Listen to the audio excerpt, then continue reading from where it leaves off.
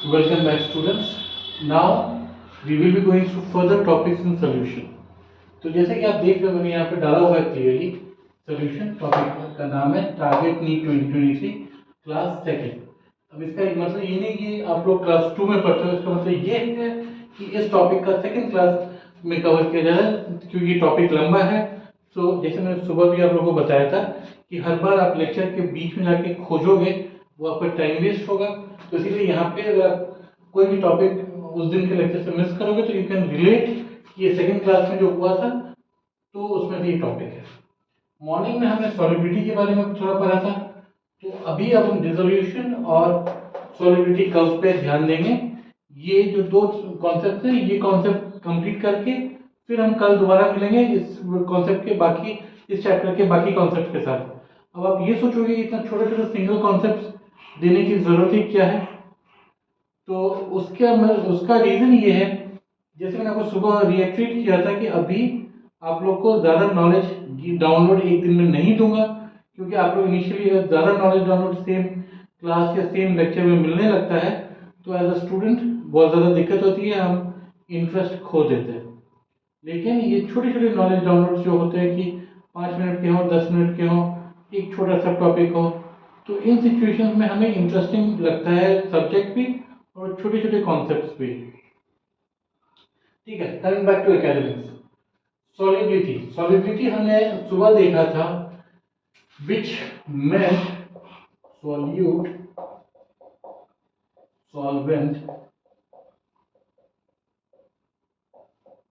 Solubility okay, solute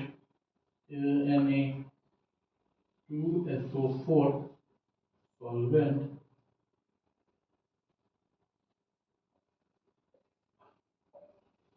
okay बच्चों, solute में मैंने डाला है सोडियम सल्फेट Na2SO4 और सॉल्वेंट में डाला है वाटर। Na2SO4 एक ऐसा केमिकल है जो हाईली सॉल्युबल है, हाईली सॉल्युबल, जो हाईली सॉल्युबल है किसी भी या तो एसिडिक सॉल्वेंट में या न्यूट्रल सॉल्वेंट में। तो यहाँ पे मैंने आप लोगों को एग्जांपल के लिए जो समझा रहा हूँ वो है neutral solvent which is water. So going by this fact solute Na2SO4 solvent H2O। अब इस प्रोडक्ट का, इस एलिमेंट या इस केमिकल का solubility बहुत ज्यादा हाई है even at a normal temperature. However कोई भी सोल्यूट जब हीट किया जाएगा, सोल्यूट और solvent heat will increase solubility। What this means is सुबह भी हमने ये बात देखी थी, but let me just revise it one second for you. अगर हम किसी भी सॉल्वेंट को हीट करेंगे तो उसका जो सॉल्युबिलिटी पावर है या सॉल्युबिलिटी इंडेक्स है वो इंक्रीज करेगा। कैसे करेगा उसमें ये हम देखते हैं। अगर मैं सॉल्वेंट के इस एग्जांपल पे वाटर है तो वाटर इज H2O जिसमें कि HHO बॉन्डिंग। अब आप देख रहे हो कि यहाँ पे H और O के साथ बॉन्डिंग है वाटर की। मैंने इस सॉल्वेंट को हीट किया, इस सॉल्वेंट को हीट किया उससे क्या होगा, जो ये बॉन्ड लेंथ है बॉन्ड लेंथ बढ़ जाएगा, इंक्रीज कर जाएगा, जिसकी वजह से कि ये दो H आपस में एक लंबे बॉन्ड से कनेक्टेड थे। तो अब ये दोनों H they are ready to fall off, which means water molecule मेरा डिस्टेबलाइज हो गया। तो इन दोनों हाइड्रोजन को एक साथ पकड़ के रखने के लिए जो मैंने यहाँ पे सोडियम सल्फेट की बात कर रहा हूँ, यहाँ पे एक सोडियम बॉन्ड आ जाए, एलिमेंट आ जाएगा, यहाँ पे एक सोडियम आ जाएगा। इसका मतलब ये है कि क्योंकि हीटिंग की वजह से मेरे पास दो हाइड्रोजन बॉन्ड की बॉन्डिंग की डिस्टेंस थोड़ी ज़्यादा हो जाती है, इसी वजह से हम लोग यहाँ पे एक स्टेबल का to keep the solution stable हम लोग सोडियम को ऐड कर सकते हैं ना। हाउएवर ये जो भाषण है कि with increase of temperature the solubility increases, this is not completely true. क्यों? क्योंकि जो सॉलिबिलिटी कर्व है वो ये बताता है मुझे कि up to a certain temperature the solubility increases, however beyond that temperature solubility decreases, which means ये Na2SO4 जिस किसी भी सॉल्वेंट के साथ कंबाइन होगा 33 डिग्री टेम्परेचर जब तक पहुंचता है तब तक Na2SO4 की सॉलिबिलिटी इंक्रीज होती है। 33 डिग्री टेम्परेचर के बाद Na2SO4 की सॉलिबिलिटी डिक्रीज होने लगती है। This information is being provided due to the solubility curve and also the Henry's law, which states that at a constant temperature, at a constant temperature, sorry, at a constant pressure, if the temperature is varied, then at a given point in time, up to a certain temperature, the solubility will increase. However, beyond that, the solubility will decrease. Okay. मैं जानता हूँ आज Sunday है, ये पागल में कभी जो वीडियो है वो आप नहीं चाह रहे होंगे कि आज हो या देखने को मिले, क्योंकि एग्जाम्स के बीच में Sunday is a very welcome day. However इसी चीज को ध्यान में रखते हुए अभी बस एक छोटा कॉन्सेप्ट और जो उठाना है, that is dissolution.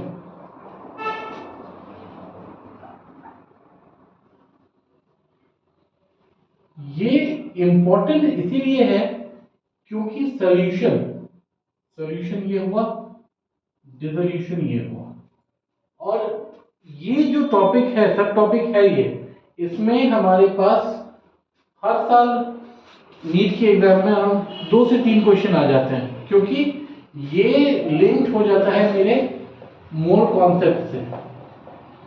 Mole concept I am sure आप लोगों को भी याद होगा। हाउएवर मैं ये भी बता दूं कि आप लोग ये सोच रहे होंगे कि सर ने क्लास 12 के सिलेबस से क्यों स्टार्ट किया rather than starting from class 11। तो उसका रीजन बस इतना है कि अभी अभी आप लोगों ने 12 का एग्जाम दिया है, 12 का जो सिलेबस है वो आपको ध्यान है, और हमारे पास हमने बोला तो कि टाइम है, बट नीट का एग्जाम जो है इस बार 7 मई को है। यू आर स्मार्ट इनफ, ये हिसाब लगा लो कि आज हम बैठे हुए हैं 6 मार्च में, एग्जाम है मेरा मई में, विच मीन्स 3rd मेरे पास अभी 2 मंथ ही बाकी हैं मेडिकल कॉम्पिटिटिव एग्जाम देने को, और इसमें आपके पास केमिस्ट्री है, फिजिक्स है, बायोलॉजी है और मैथ्स है। सो 2 महीने के अंतराल में हमें इतना कुछ करना है। Okay, so now dissolution has been identified with more concept, reason being solute percentage।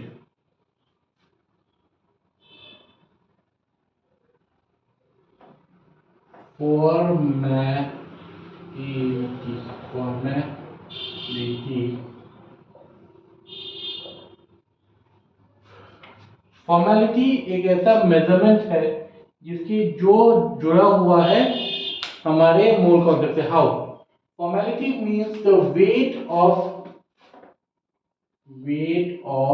element per gram formula। पर ग्राम फॉर्मूला क्या है? MOLECULAR, molecular weight. Molecular weight या मॉलिक्यूलर थ्योरी किसने बताया था? हमें मोल कॉन्सेप्ट ने। तो मोल कॉन्सेप्ट यहाँ पे इसलिए आया क्योंकि जब मैं लिक्विड की सॉल्युबिलिटी की बात कर रहा हूँ तो जो उनका एलिमेंट का पर ग्राम का वेट है वो हमारे लिए फॉर्मेलिटी का एक टर्म है जिसका डेफिनेशन ये है, उसके काम आता है as a result of which mole concept से जुड़ा हुआ है। तो इसका जो मोल कॉन्सेप्ट ये हम मैं अगली क्लास में करूँगा, और अभी आपको ये बता दूं, if solute equals to W1, solvent equals to W2, solute percentage W1 plus W2 by W1 plus W2 into 100। ये है मेरा solute